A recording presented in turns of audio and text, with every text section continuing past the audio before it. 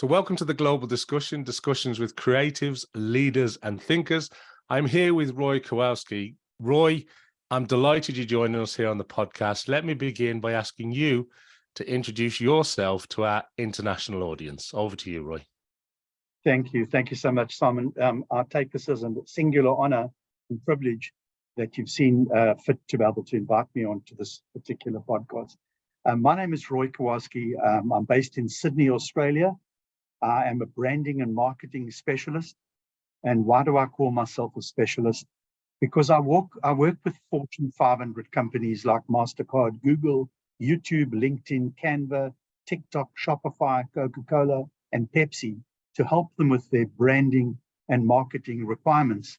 And utilizing that experience, I help medium-sized companies that are scaling up or rebranding to do exactly the same thing. And therein is exactly what I do, is I help companies get their business and their brand seen, heard, and remembered. And that's just a little synopsis of what I do. Well, thanks, Roy. And you've mentioned some international brands there. So just help me understand then. So when you're bringing this brand story to life and you're working with these clients, whether they're that medium-sized company that's trying to expand within their own geography or to expand internationally, or if it's one of those global brands, how do you go about bringing that story to life? Because we hear a lot these days about storytelling, don't we, when it comes to brands? Absolutely. And that, that you've raised that. That's one of the, the common threads in my business is bringing brand stories to life. And how do we do that? The way I do it, and I can qualify this by saying that the feedback that I get from these brands, and these are obviously well-known brands, the feedback that I get is that I bring value to them. So I'm not an order taker. So they might say to me, we would like to, this is one of our activations coming up. We would like to do A, B, and C. And instead of me just taking that as a physical order, I challenge them. I say, and here's kind of the way I frame it.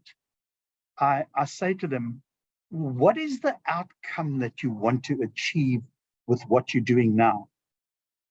And they'll generally say, well, here's what we want to achieve.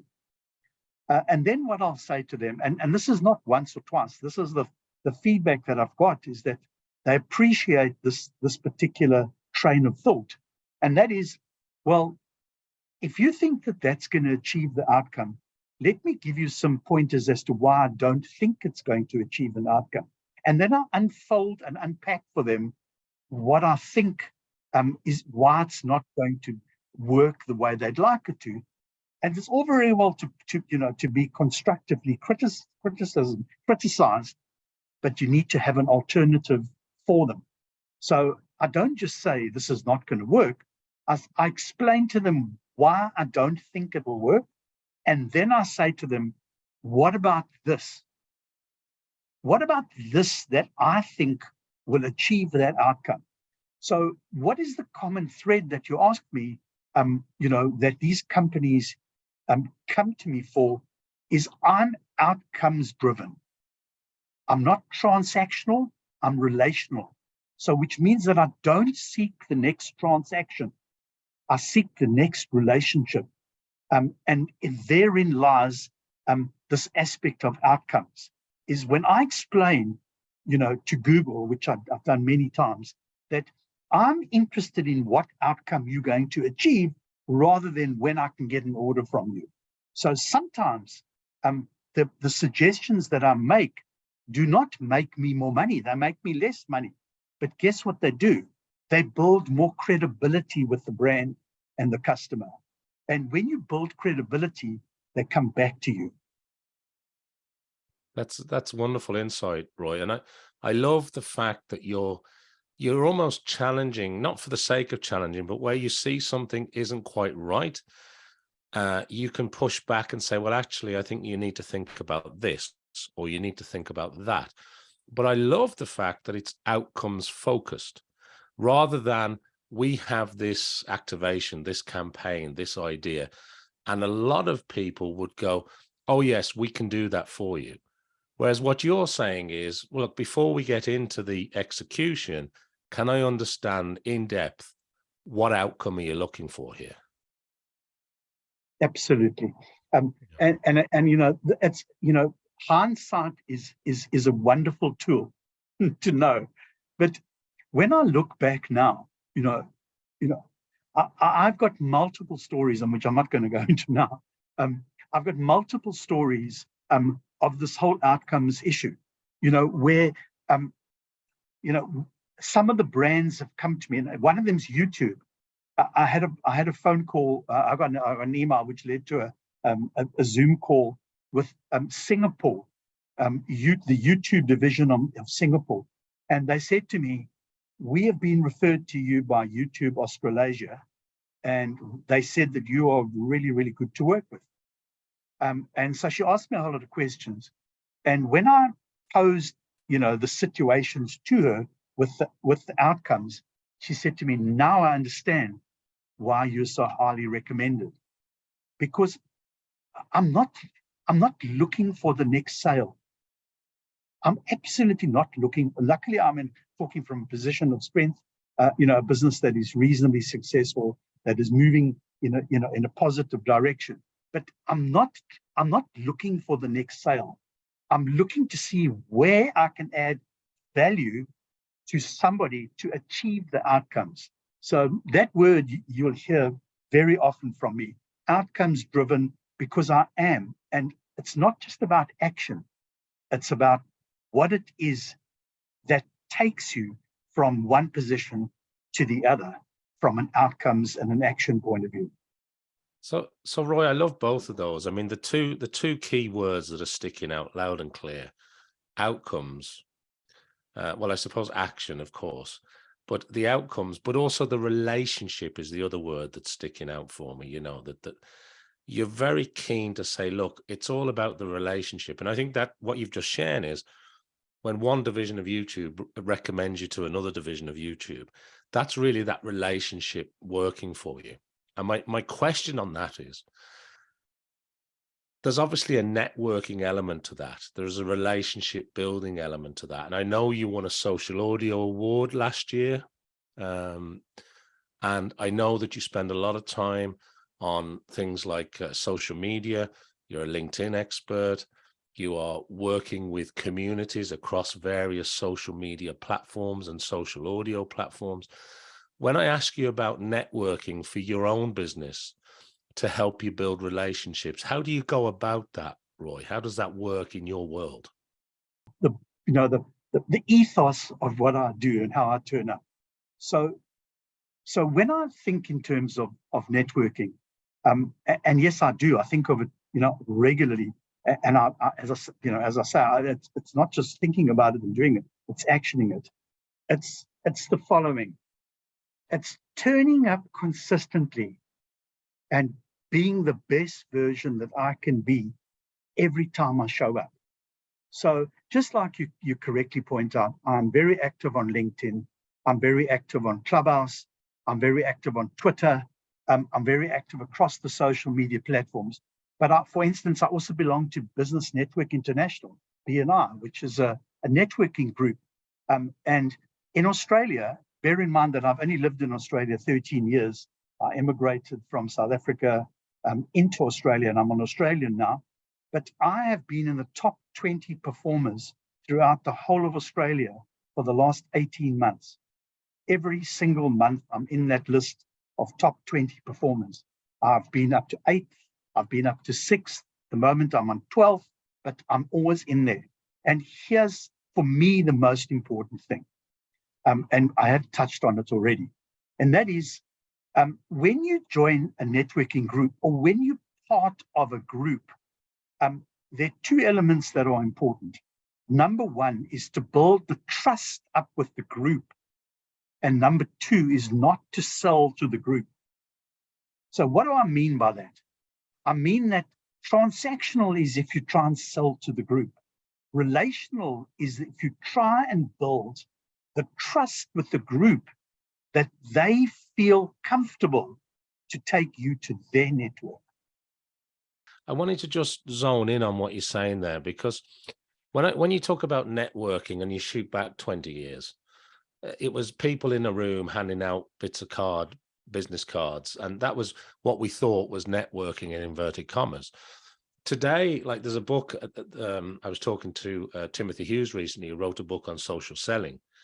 And with today's tools, today's digital world, and being able to connect across oceans, across the other side of the world, very similar to what we're doing here today, networking is now an international element, isn't it? Absolutely. So the difference is this, and I'm so pleased that we're going down this little rabbit hole. The difference is this, is that when you think in terms of networking, and those days where, you know, you went to a networking group and you took 100 business cards with you and you couldn't wait to give the business cards to 100 people. The lessons that I've learned on my business journey, life and business journey, is it's of no value to give out 100 business cards and get 100 business cards back that you have no idea who they are. So rather take some time to build an authentic and genuine relationship with 5 of those people or 10 of those people. Because if you take the time and trouble to build that with that small group, what happens? You have more authentic relationships. And I have a saying that I use on the audio platform, which I'm gonna say, and that is, show people that you're interested in them before telling them how interesting you are. Tell people how interested you are in them before telling them how interesting you are. Yeah, that's great advice. And I suppose ultimately it's about building that genuine, you've used the word authentic relationship, and I know the word authentic gets used a lot, but if you're building that genuine relationship in an authentic manner, people have a tendency to buy into what you're talking about a lot more, because you're not just there for that transactional element that you were referring to earlier. And so just also on social audio, because I don't want to come off that topic, Roy, like on Clubhouse, you've been running a club there on a regular basis for many years now. Can you just maybe share a little bit about that and what that's about for people that may not have visited that yet? Yeah. Well, let me say that yes, in fact, on the 14th, which was on Saturday, there was a little red balloon on my profile in Clubhouse, and I didn't know what it was. And in the room, somebody said, "That's an anniversary." And I looked at when I joined Clubhouse, which was the 14th of January in 2021, which is 2 years.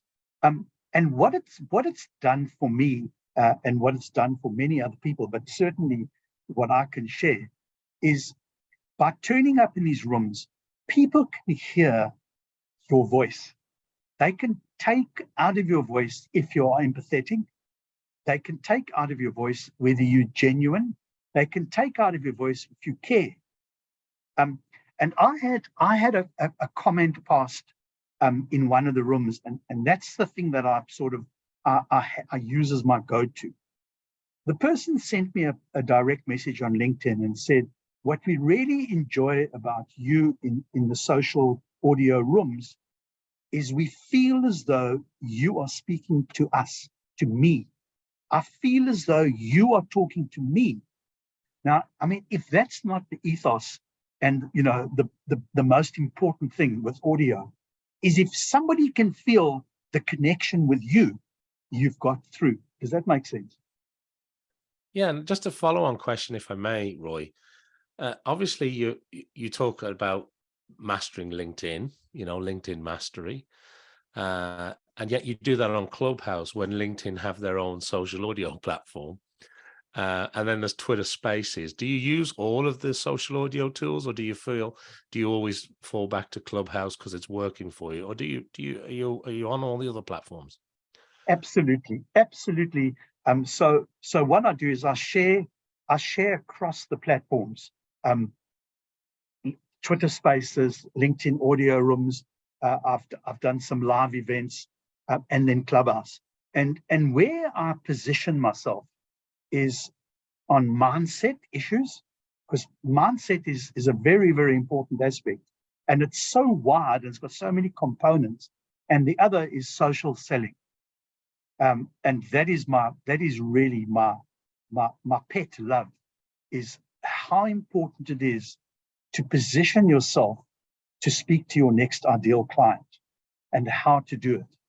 And that's what I spend a lot of time on the audio platform doing. And my last question on this topic, Roy, is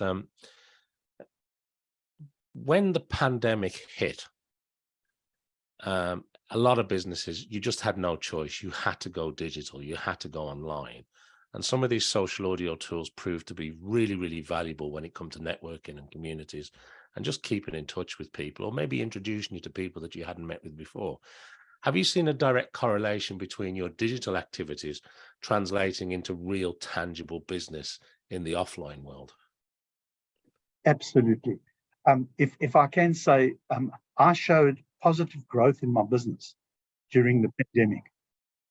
In other words, I showed a business growing during COVID that most people were absolutely, completely taken back that this was possible. And what was it all about? It was all about that, when people turn up on audio, specifically over that time, most of those people are looking for people to resonate with. And if you're turning up and showing up in that time, then all of a sudden that transforms into, business outside of the audio platform. That makes perfect sense. Thanks for sharing that, Roy. I want to change gear a little bit if I can, and I want to ask you a couple of questions about your own particular learning style, because we've talked a bit about digital and a bit about audio. But how do you onboard information? Do you read for pleasure or business or both? Are you an audio book kind of person? Do you like the written word? Are you constantly scouring the web for the latest article to read? How does that sort of onboarding of information in the reading world, how does that work for you? A really good question. So I'm not a big book reader. I just find that, with my time and, allocation, I'm not that great at it. So I do a lot of listening to podcasts. I do a lot of listening to audio. So if I go for a walk, I've got my headset on and I'm listening to something. So I try and give myself a cross section of learnings. I'm always interested in people's behaviors.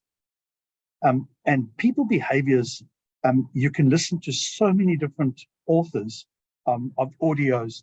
And every time I listen to these audios, I always say to myself, don't try and learn 20 things. Try and take one thing away from an audio and put it into operation.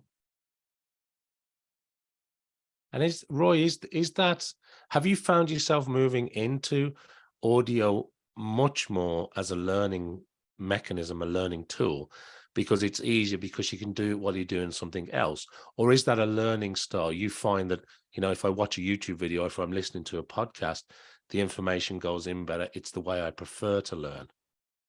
Or does it just work with a busy life and a busy business? I think that it's just evolved into that. But the thing is that I've seen the value that it brings. But again, if I can sort of bring that word back, mindset, and having the right attitude, is I go into these audio listenings with the sole purpose of coming away out of it with something. So my intention is to learn something. I don't listen to something just to listen to it. I want to come away with something. And as I say, instead of trying to come away with 10 things, I want to come away with one, and something that I can put into practice by actioning. That's great advice, because a lot of, you can find yourself, or a lot of people can find themselves listening for the sake of listening. And actually, when you say, well, what did you listen to last week? I can't remember. What did you put into action? What did you learn? What changed for you? How did it help you? There's no answers there. Whereas if you're going in with a mindset saying, well, look, I'm listening to that because this is a topic I'm interested in. I'm going to come away with at least one actionable insight. That's a very different way of onboarding information, isn't it? Yeah, that's one piece that I can subscribe to. Yeah, got it. I want to ask you another question now about people that inspire you. And obviously you're working with major brands, you're working with businesses that want to grow, you're building individual relationships with people through your business, through online digital tools and platforms. But when it comes to people that you've looked at, who you admire, that have inspired you, and this could be somebody back in your childhood, it could be somebody from last week, Roy. When I ask you that kind of question, what sort of things spring to mind, or what people spring to mind? Well, needless to say, there's a number of people that have inspired me and motivated me through the years. But there's one particular person, and strange enough, I had a similar interview a week ago, and I had a similar question asked to me. The guy's name is Dov Baron, D-O-V, and his surname is Baron, B-A-R-O-N. And he changed my thought process. And how did he do that? Is he challenged me on my thoughts. He took me out of my comfort zone and he forced me to think differently. And that for me was a key, mindset move, is because none of us like to be taken out of our comfort zone. None of us like to feel uncomfortable. But the reality is, when somebody does that to you and they show you that you can learn more when you're out of your comfort zone, we certainly learn. And that's what he did for me. Okay, that's great. Okay, that makes a lot of sense. And then when it comes to things like advice, Roy, has there been a piece of advice that you've taken to heart, that has stayed with you for a long time, that you think, do you know what, I wish I'd have known that sooner? Or do you find yourself imparting a certain type of information or advice to other people that you think people need to know about because it's really important? Well, my go-to for this is pretty simple. It's the word listen. The word listen. I did a Scientology course many, many years ago. And at the time I said, why would I want to do a Scientology course? But it was a trial course. And what it was teaching you how to listen. The best learning that I ever had in my life was doing that trial. Because what it did was it taught me that when your mouth is moving, you're learning nothing. When you're listening, you can learn. So I have this mantra, and I say, enter every conversation with an intention to learn something from that conversation. Thanks, Roy. Thanks for sharing that. Yeah, and listening, it's often people are often just waiting for somebody to stop talking so they can say what they want to say. But actually listening and hearing what somebody's saying, I think it's something that people have to work at sometimes, so that's very valuable. 100%. If I can just say that, Sure. One of the things that I'm allergic to is people that listen to respond, which is what you've just said now. Because if you think about it, when somebody's talking and you are thinking about how you're going to respond, there is no way that you can be listening to them. 100%. 100%. At the time of recording this, Roy, we've got a year ahead. When you're focused, you were talking earlier about, your business grew through the pandemic, for example. As you look forward for the next 6 to 12 months, what's taking up your mental capacity? What are you focused on? What goals are you hoping to achieve? What's on the radar for you as you look ahead? Well, for me, it's pretty simple. I'm very focused this coming year on consolidating and building on the consolidation. So I've got two key words. Every year, I introduce 2 words into my world for the coming year. And this year, those two words are gratitude and forgiveness. And I want to show gratitude this year in a far more generous way for what I have and how grateful I am. And I want to forgive people more than I've ever forgiven before.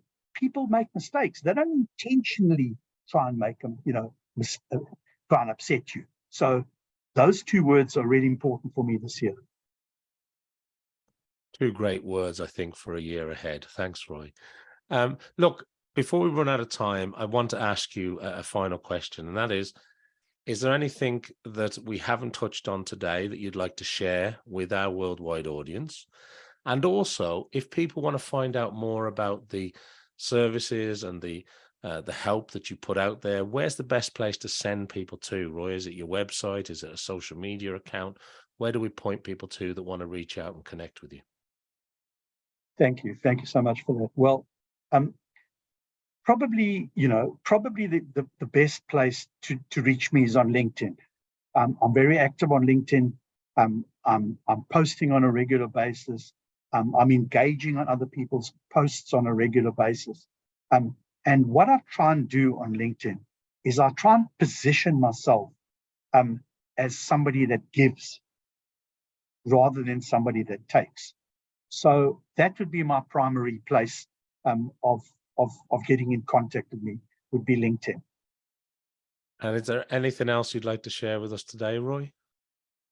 Not really. I think you've covered it pretty extensively. Covered it all. I think we covered so many aspects of what makes up Roy Kowarski in my personal branding, in my business branding, but far more importantly, my thought processes. And I just want to thank you for the opportunity. Well, it's been a pleasure, Roy. That brings us nicely to the end of this discussion today on the global discussion. So thank you to Roy. Thank you to everybody who's been watching or listening. We'd like you to like and subscribe and follow us, do all the things that you do with the podcast. And I'd love to see you back here for more discussions with creatives, leaders, and thinkers. So thank you, Roy. It's been a pleasure to talk to you today. Thank you. Thank you so much, Simon. Do appreciate it.